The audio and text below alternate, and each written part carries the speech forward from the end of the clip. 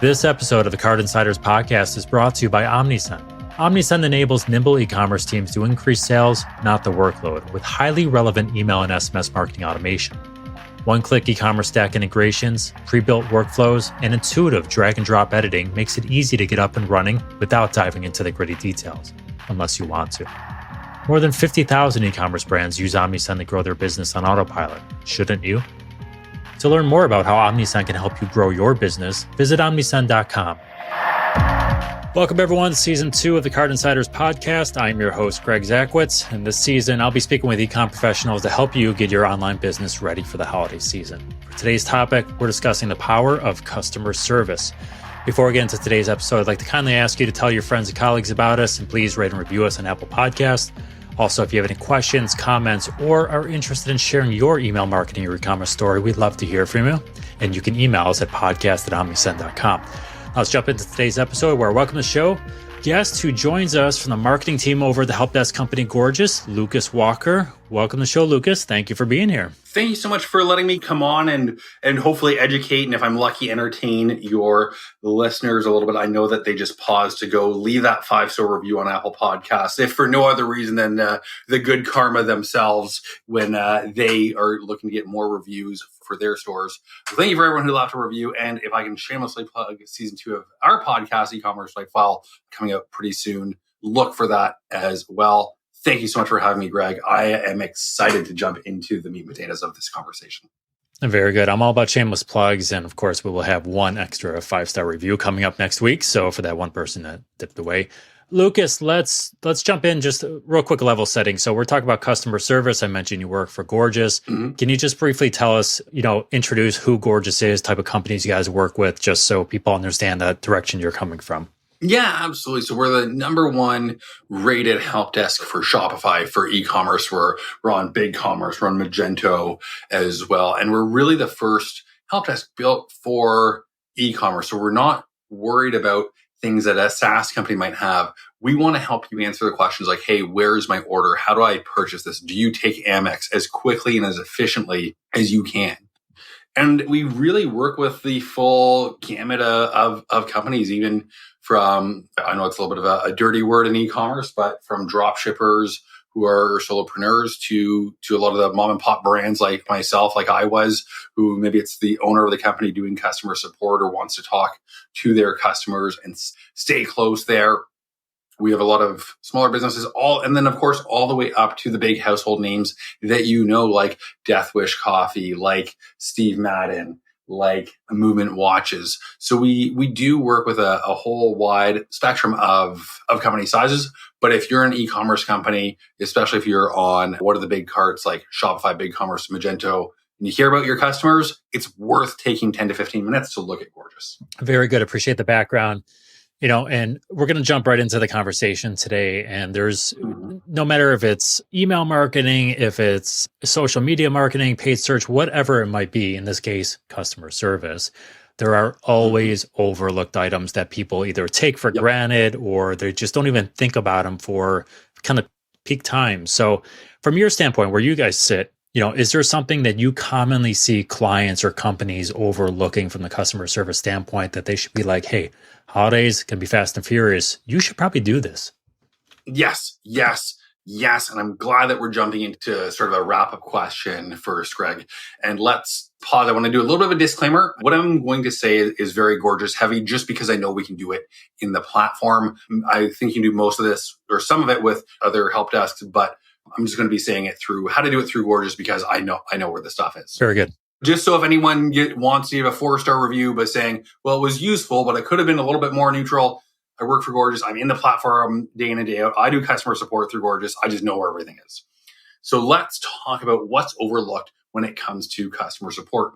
And the first thing is having a mindset that customer support has to be reactive, because customer support is keeping your customers happy. You're literally your most valuable asset. Happy customers. They're profitable. They gospel, they help you grow.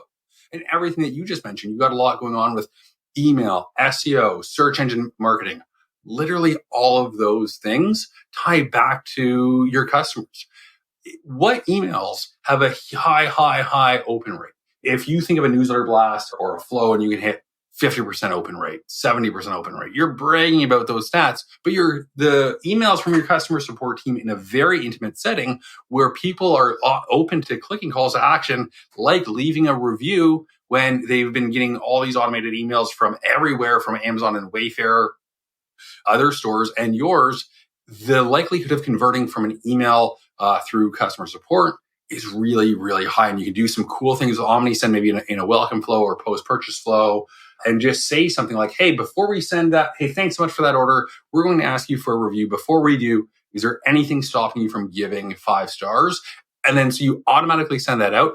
And then you push back to Gorgias, you use a little bit of automation to filter out, is someone happy or unhappy? And then boom, you're increasing your reviews, increasing your email open rate. So email, obviously Facebook, Instagram. If you're listening while going for a social distance walk or something right now, while I'm rambling, open up Instagram, go to the first ad that you see with some comments, and how many people are asking purchase intent questions. I saw a tweet yesterday that showed the cost to acquire a customer has already reached BFCM 2019 levels, and it's only going to go up from here on out. So sort of the low CACs of March to August are gone. You have to make your ads as efficiently as possible. And a very easy way to do that is to just respond to the comments and the questions. You spend so much time refining your ads, spending the budget to find what resonates. And then somebody asks you a question like, do you take Amex in the comments? And then you just leave them hanging instead of responding to them through your help desk and saying, yes, we do, and getting that free remarketing. And finally, with SEO, go and look through your tickets, find out what people are asking, and address those common questions, because they're probably trying to Google it first before opening up a ticket. Add that to your product pages, add it to your help docs, add it to your About Us page, add it to your home page if it makes sense to give you a little SEO boost there. Do you see any customers that actually use like temporary FAQs? So you just gave the example of, hey, if someone is constantly asking questions about this, right, or doing the search for it, they're going to search for it first. And if it's not on the FAQ, it might just go to a black hole. They might go elsewhere to shop. Do you have, or have you seen clients that have gone like, it doesn't make sense for us to do this year round, but during these peak seasons, this tends to be one of the most popular questions. We need to start adding it to our FAQs. Is that something that you see, or is it just good practice? Hey, if they're asking at the holiday season, we should just have that in our FAQs all the time. So I would update it to, well, it depends on the question. So let's just use a couple of common examples with everything going on with USPS. People are probably asking about shipping times. Sure. Put that in your homepage top banner bar and really leverage that to address that. If people are saying, will I get my order before Christmas, before Festivus? Address that where most people see it. If it's product related, let's say you sell out and you're doing another run, put that on the product page. So if people are saying, will I get this before Christmas or a holiday, then have it there and say, we are currently out of stock, but accepting pre-orders at a 20% discount. Please note you will not receive this until January. So address it where it makes sense for that customer to first hit it. Now, having said that, absolutely update your FAQs for what is your holiday shipping policy, what's happening here, what's happening there.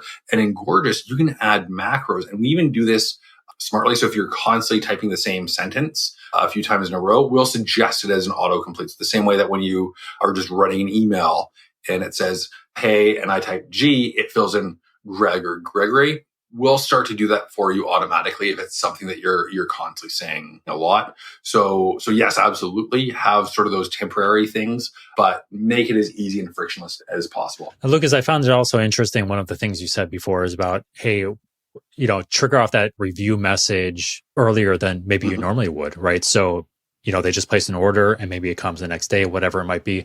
I think it's a really interesting point, and it may be beneficial year round. It might be beneficial each holiday season. I think this year is one of those years where, October, November, December, it's been trending this way, but I think it's just accelerated this year where the holiday shopping season is going to be much longer. It's going to start much sooner. It's already started. Right? So we're looking at this and saying, I think it's interesting that being able to maybe identify less than desirable experiences early in the year gives you a larger window to help save that customer to come back to purchase for the remainder of the holiday season. So I think it's really interesting that you mentioned that before. And I think this might be one of those years, if you've been debating that or saying, I don't know if it's going to work, it might be a really good tool for you to help secure second, third, maybe fourth purchases for the holiday season as well. Yeah. And this might just be the podcast because I feel like I'm going to go off for about 10 minutes here because there's just so much to decompress. So let's evaluate a few common scenarios that merchants might face and really how offering good support can help them prepare for BFC with that. Let's do it. Cool with you, and then you can steer. So scenario one, they shopped from your store for the first time during COVID, and now they want to come back, but they haven't left a review. You're seeing that their emails are down. Maybe not everyone who has a bad experience will open up a ticket. So maybe you start by proactively opening up some of those tickets just to say, hey, how is your order? Most of our happy customers really like to leave a review. We noticed you didn't. Let us know why. And you're warming that customer up before you start most of the S word, before you're hitting them with a lot of marketing and asking. So you're just making sure that everything's all right, just in case that there wasn't something and positive, then you're building it up. Let's say second scenario, they're ordering from you for the first time during BFCM. Reviews have a little bit of an expiry date. If you go on a website and you see that the highlighted reviews are from 2019, 2018, 2017, it feels a little stale and you wonder, well, why hasn't anyone given a positive review in the last few years? With the amount of online shopping happening, if the rate of reviews that people leave themselves as customers, it stays the same, you're just now competing with for more reviews. If it's going down because people have review fatigue and they're just sick and tired of reviewing every purchase that they make, you're also going to have a harder time getting those reviews. You made an excellent point of, when that order is arriving, use that to automatically open up a ticket, say, hey, we saw your package arrived. We'd love to see a picture. We'd love to see a picture, make sure that it arrived there safely. And if you're in it, we'd love to feature you in some of our marketing and you'll get a $10 gift card for your next purchase. So now you're proactively addressing a negative experience. But if it's a great experience and they're super excited, you're getting a photo, some UGC you can use in your ads. And by offering that discount code, you're encouraging that second purchase, which is the next item I wanted to talk about, which is, where are you focusing your efforts? Are you a new brand trying to acquire customers to make that first purchase for the first time? Or are you trying to market that second purchase? I think everyone learned in Business School 101 or from the office that it's way cheaper to retain a customer. So why not spend a little bit more time getting them to come back and spending way less on ads and then actually getting a marketing asset you can use? Because if there's one thing that I learned during my time as a merchant, taking good product photos is really, really hard, and user-generated content just always performs better. Makes a lot of sense. Social proof. I'm a huge advocate of social proof, so I think it some very practical things you gave there. Let's talk about tickets and sending emails and things like this, which kind of leads me into like this whole channel concept of, we see obviously Gorgias, you guys do it, but we have seen a rise of live chat being used on, websites, not only retailers, but B2B, everything in the last couple of years.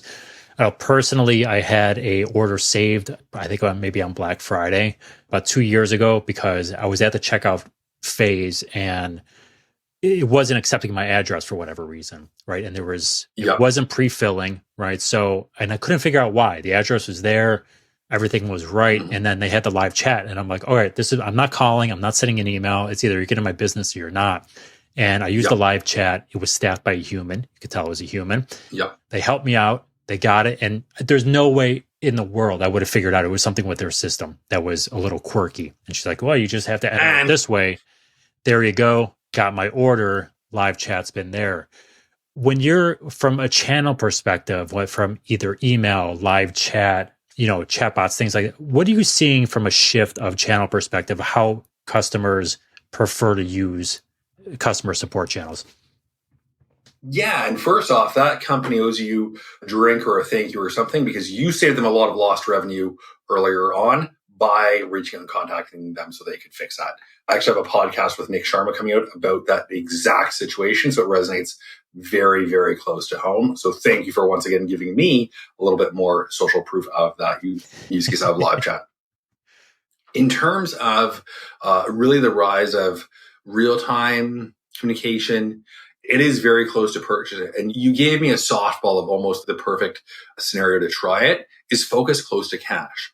If you get a lot of traffic on your blog, homepage, products, collection, etc., you'd be very overwhelmed, especially if you're don't organize it at all, because all of a sudden you just have all these questions coming in. So always start close to cash, start on the cart page, on the product page where people have those questions. I think with chat in general, there are two things. One is start on those pages and get that your proprietary data. Are your customers using chat to the point that it makes sense to expand it and have somebody dedicated to that? Usually the answer is yes, but not always. Sometimes it's a waste of time, and there are tons of times where people go against the industry standard. Now, the second part of that is keep an eye on what your competition is doing. And if they have a live chat on their website, your customers are probably expecting it. So you want to keep up that way. But if your competitors don't have a live chat, but other complementary companies do, and your ideal customer is used to chat and looking for chat, then use that as a marketing point. Everything that you do that benefits a customer, you should tell them, hey, we just launched live chat. So even though with long lines and difficulty shopping in stores, we're replicating this experience for you. All you have to do is come to the website, open up the live chat to talk to a human, and we'll help you find the products that you want for the holiday season. So turn that into a marketing advantage and get a little bit of that novelty in the sense of being new, so that you're not playing catch up when your competition does. And then finally, I'm sure in Omnisend you can have, if you don't have one already, set it up, but have a VIP list of customers who have spent over a certain amount, or they spend a lot of money with you, or they're an influencer, etc. And really dive in and just ask them, say, hey, would you be interested in a live chat? Do you like to shop via live chat? And they might say, yes, I'm really glad you asked. I was looking for it on your website, but I didn't see it. Or they might say, no, I hate that. So start with a segment of the types of customers that you want to get more of and really see if it benefits them to drive sales. I think it's a really interesting point, because the more people you've spoken to from like an entrepreneurial side or business owner or executive over the last, probably, I would say for me, the last maybe 18 months, I've heard more and more. We call our customer, or we reach out to our customer, or we communicate with the customer, whereas before it was you're just pushing stuff to them and then waiting for any sort of responses. So I think it's really interesting that you mentioned, hey, get your VIPs, get your segment of high spenders, and ask them what they want, because they're the ones that are spending the money with you. And you talked earlier about repeat customers, and obviously we all know the expense of retaining those versus acquiring new ones. Well, I'll give you real data right here from my store. A customer who ordered twice with our company, Treats Happen, a natural dog treat company, not on subscription, like our average just general customer value was like $60 or $67. If they were on subscription or ordered more than 3 times, then they would spend over $300 with us. So our LTV was 5 times higher with a repeat customer.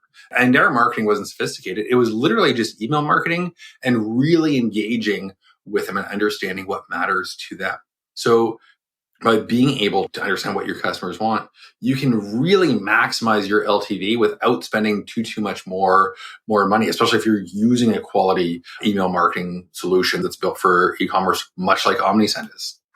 Very good. And you mentioned I gave you a softball before. I play softball, and I'm actually a pitcher, so I'm lobbing these right over for you.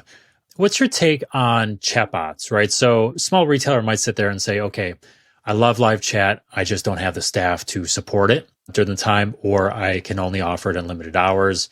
But chatbots might be that kind of bridge solution for them.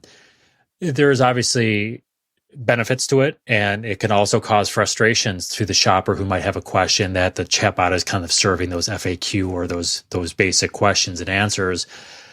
Are chatbots worth it? Are they worth experimenting during the holiday season versus other times? Can you give a little perspective from where you sit on the use of chatbots and where they're most effective? Yeah, absolutely. So I think that, I have a little bit of data, but I'm going to use an analogy first. I have no hair, so you can't see this, but that's why I wear a hat and everything. I'm bald. Secret's out. I don't have a good head of hair. We need to end this interview right now. If I were to wear a toupee or some sort of hair system, if you don't know that I'm wearing a toupee, it looks great. If you don't know that it's a chatbot, it can be great. Or if you manage the expectations and say, hey, in an effort to help you out faster, let's see if I can resolve you. What's your question about? Looking at some triggering keywords. If it's something of just, hey, I ordered a while ago, Where can I order? Do you have any questions while we wait? We're helping so many shoppers right now. We have about an 8-minute wait time. What can I help you out with? So it's on the way to a human. It's almost like the Disney World queuing theory where it makes the customer a lot happier. Having said that, a bad chatbot is just awful. So run it through yourself. Go to a few websites and see what they do that you like and don't like as a shopper. But in general, a good chatbot is just really trying to proactively prepare the customer to either resolve the situation on their own or prepare the human for it. And if we want to get really personal as well, it's no secret that support agents can face a lot of verbal abuse from customers. So if you do have customers who are a little bit more on the Karen side of empathy, it can be a good way to shield your staff and your team from potential verbal abuse. That's an interesting point. I never would have thought about that. Have you seen that happen a lot? Oh, yeah, absolutely. Are you on TikTok, Greg? I am not. There are TikToks of customer support agents showing what people are saying to them. It happens far more often than I would like. So it's just another human side of things. It's just, and as that is a PSA to anyone who's listening, if you do deal with a support agent as you're doing your holiday shopping, give them a little thank you, show them a little love. It's not always an easy job, so that go a long way. Something that happens all the time, but it's definitely a side effect of working customer support. So I told the story on an earlier podcast. We were talking about just this customer service, and we just got on this conversation. I said, I'm just normally a pretty calm and level-headed guy, but when I call support, I will get to a certain point, and then I'm just like, all right, you're not helping me, and then my frustrations start to come out. And I always make it a point when I'm about to yell at someone, like, listen, I know this isn't your fault, but you're the one I'm talking to, right? So, but I think with this whole COVID situation where people are dealing with their own stresses and kind of things are just exacerbated, we are looking at people that are maybe being nicer than they normally would because they understand that the person on the other side of the line might be feeling this call from home. They've got kids in the background. They are maybe underworked or, reduced, whatever it might be, right? Everyone's kind of going through their own thing. I think this is the one thing where I've been personally cognizant of trying to be nicer, telling people thank you for your help, and just kind of entering those conversations with a better mindset. And I think for the most part, they've been more helpful for me as well. So, kind of just showing that empathy a little bit, I think can go a little bit of a long way for the level of effort that they may want to convey over to you.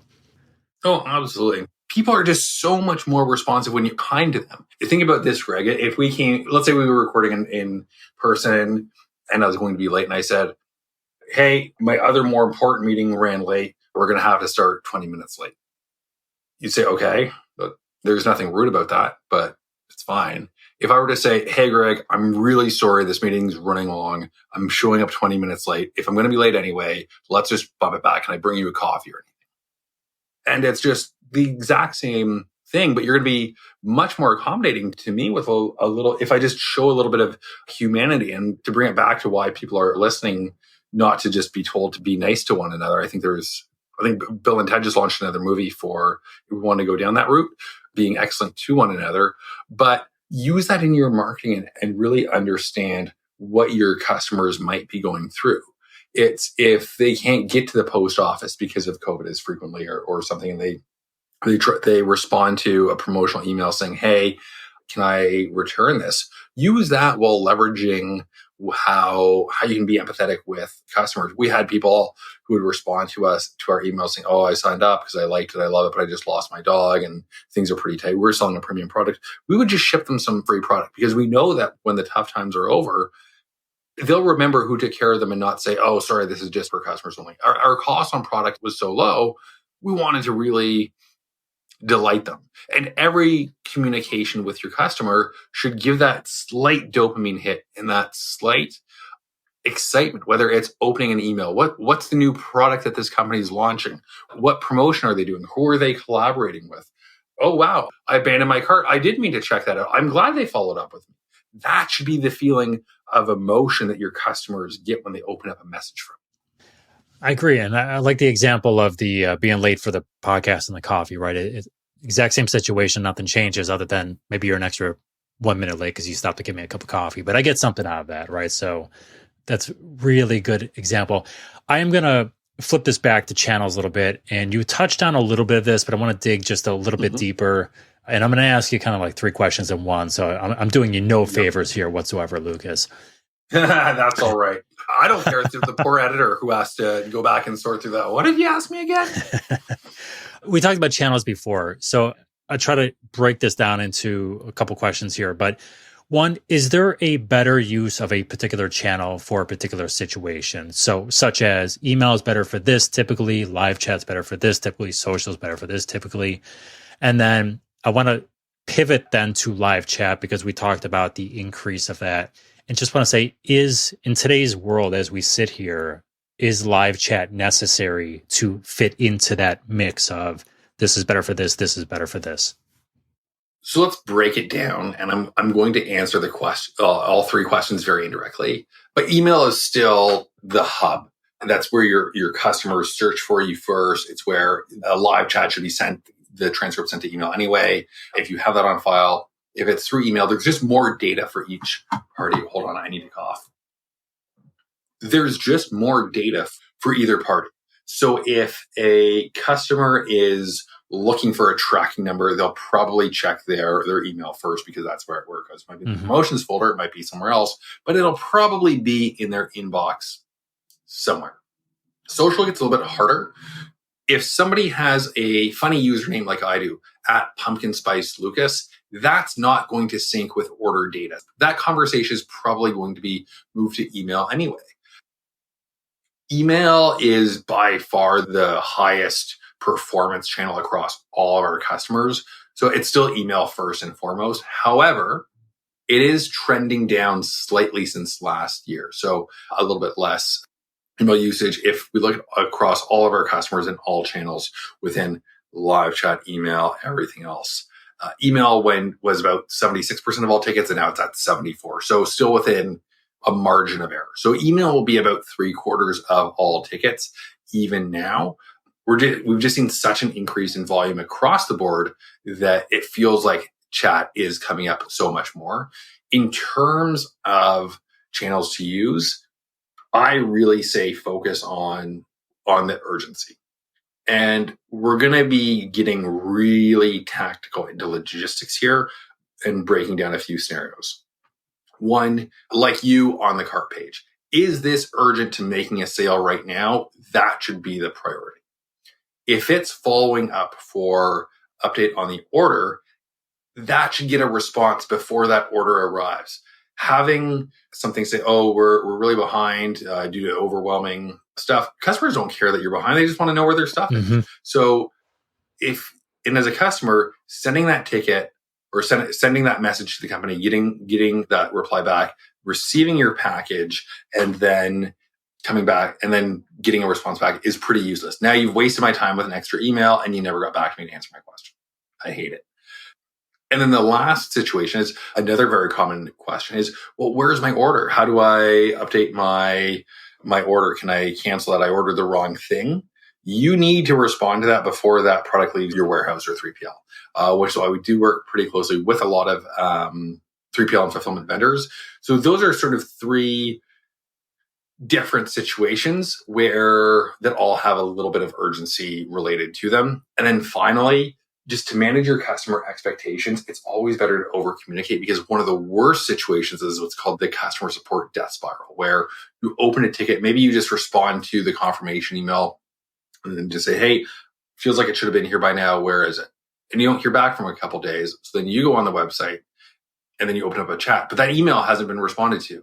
And then while you were doing that, you also saw one of their ads on Instagram. So you say, hey, I ordered 2 months ago, or I ordered 8 days ago, but I haven't gotten it. So now you have 3 tickets for the same issue because you didn't resolve it the first time. And customer expectations are not getting any slower. They're not expecting you to take less time or more time to respond to them.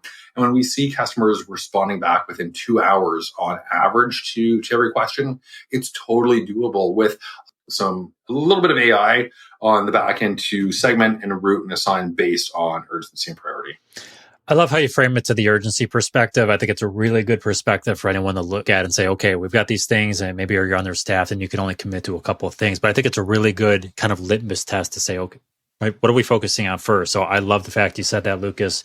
I appreciate that so much. I'm going to ask you one more question on customer service before I shift to something else. But I'm going to ask you to kind of sum it up. And if you've already given detail on some of the things you've talked about, if they fit the answer to this, you don't have to go, again, kind of circle back to it. But if I say, okay, Lucas, let's cut through the BS, right? And let's say, here are 1, 2, or 3 things you should do. Don't ask me any questions, but just get it done for the holiday season when it comes to customer service. What would you say those are?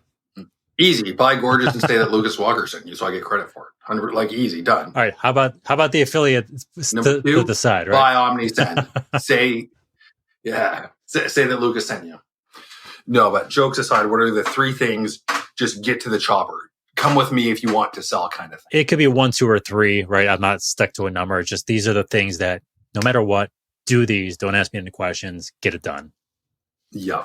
So I'm channeling my inner Gordon Ramsay for this one, because I'm assuming that the types of merchants and entrepreneurs who are listening to e-commerce podcasts about customer service and email marketing are going to be a little bit more advanced. So I'm not going to do any of the 101 stuff. So this is going to be a little bit more advanced, and it's going to get really heavy, really fast. So if you need to replay to keep up, just hit that back button. Are you ready, Greg? I'm ready, man. I'm going to try to do seatbelts in. 3 things in under 60 seconds. I'm just watching the timer here. So it hits 40. 1, look at your data. What products have sold the most? What emails did the best? What tickets in your customer support help desk are you spending the most time responding? And minimize the effort that will cost you down the road. Put your best sellers on your homepage. How much inventory do you have? Use that as your promo. Use your data to make your decisions. A lot of times, the answer will surprise you. Number 2, make sure your messaging is the same across the board. If you're doing a new product drop and promoting it by email, if you're trying to get more reviews, have your customer support team aligned with that. So your customer support voice is the exact same as your brand voice. And 3rd, really, really, really audit what you're spending your time on. If you're repeating it, you can probably automate it, and you don't have to automate the full thing. A great example of automation is what we do, pulling in all that Shopify data, BigCommerce data, Magento data with the customer information, so you don't have to open up a bunch of tabs and cut and paste. Kill it. All right.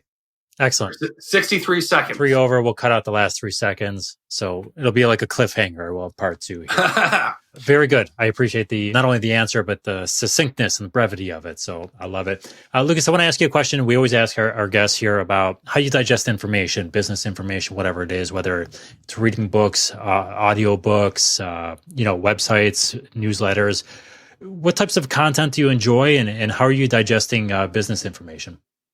Yeah, this is a great question. I'm so glad you asked, because everyone talks about Audible and Kindle and all that stuff. I don't want to give Bezos any more money. You can get all your favorite books for free from the library. There's an app called Libby. You get ebooks, audiobooks. What I do is I go maybe once a month, find a list of books I should read, queue it up, and listen to audiobooks. I love that. I've started using Blinkist as well. So I'll while I'm waiting for the books to come up, I'll get a little preview of the book and then digest even more so when I get it, or I go back and revisit it through Blinkist. I'm a big audio guy, so I love audiobooks while we're just going for a walk, riding my bike, etc. I love podcasts as well. There's so many great ones, obviously, both of ours, but I know that I don't know if I can say a competitor, so I'll say the host.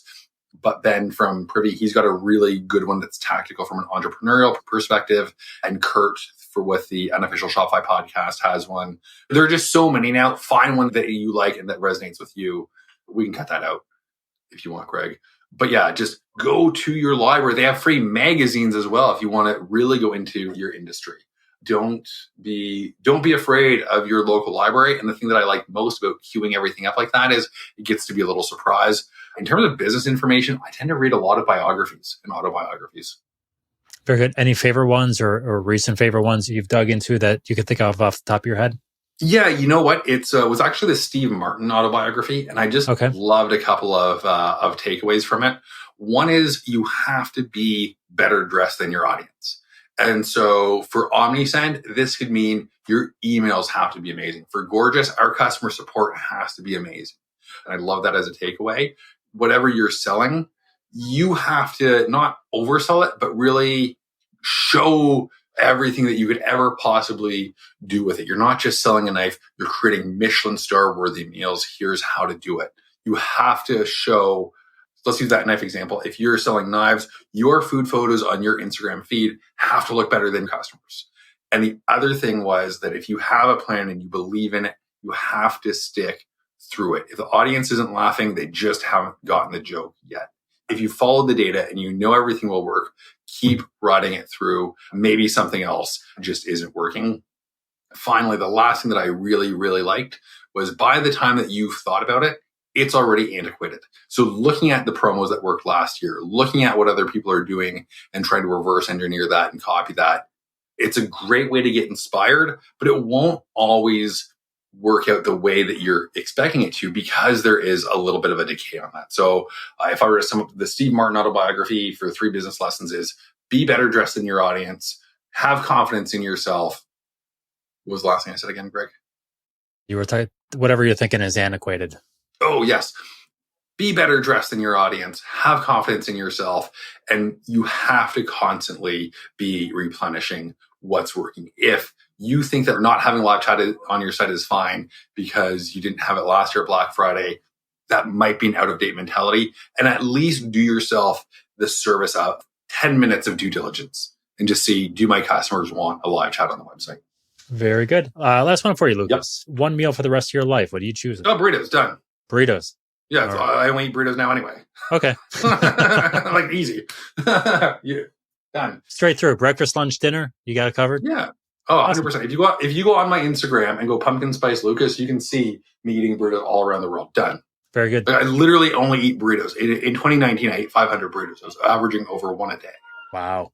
Do you drink a lot of pumpkin spice coffee, or is this like a dig on people that like pumpkin spice? No, I was out at Starbucks just doing some work, and I keep changing my Instagram handle because I lost my usual handle just playing around. And they made 2 orders, so I had 2 pumpkin spice lattes, and I just kind of said 2 pumpkin spice lattes for Pumpkin Spice Lucas, and it just kind of stuck. Very good. All right. We'll have in the episode description, show notes, information on how to contact Gorgias, but why don't you throw that out verbally for us, Lucas? If someone wants to reach out to you or to the company, what's the best way for them to get a hold of you? Yeah, if you just Google Lucas Walker Gorgias, all my social media will show up. I'm pretty active on Twitter, LinkedIn, etc. Shoot me an email, lucas@gorgias.com. It started out as a joke. Now I guess I got to do it. Send me a text message, 416-384-4470. That's my actual phone. So please don't spam me in the middle of the night. Not that nobody ever does, but I just know it's going to happen at some point. But it's also a Canadian number. So if you're on Android, don't get mad when you have a bunch of long distance charges because you were texting me. And then obviously Gorgias.com. If you come in for a demo, if you're on contract with somebody else, we'll buy you out. If you're an existing Gorgias customer listening to this podcast and you know somebody else, we've got a very generous referral program where we're giving away an iPhone, and we're about to drop something pretty cool that you'll know it when you see it. Awesome. Appreciate it. Check out the show notes, episode description for all that information there as well. So feel free to reach out to him. Lucas Walker, everyone. Entrepreneur, marketer at Gorgias, kind of podcast host. He's all over the place. So appreciate your time, Lucas. Appreciate the conversation, the insights, everyone listening. And thank you for your time as well. If you have any questions, comments, or again, are interested in sharing your e-commerce or email marketing story, please let us know at podcast@omnisend.com. Until next time, have a great day and be kind to one another.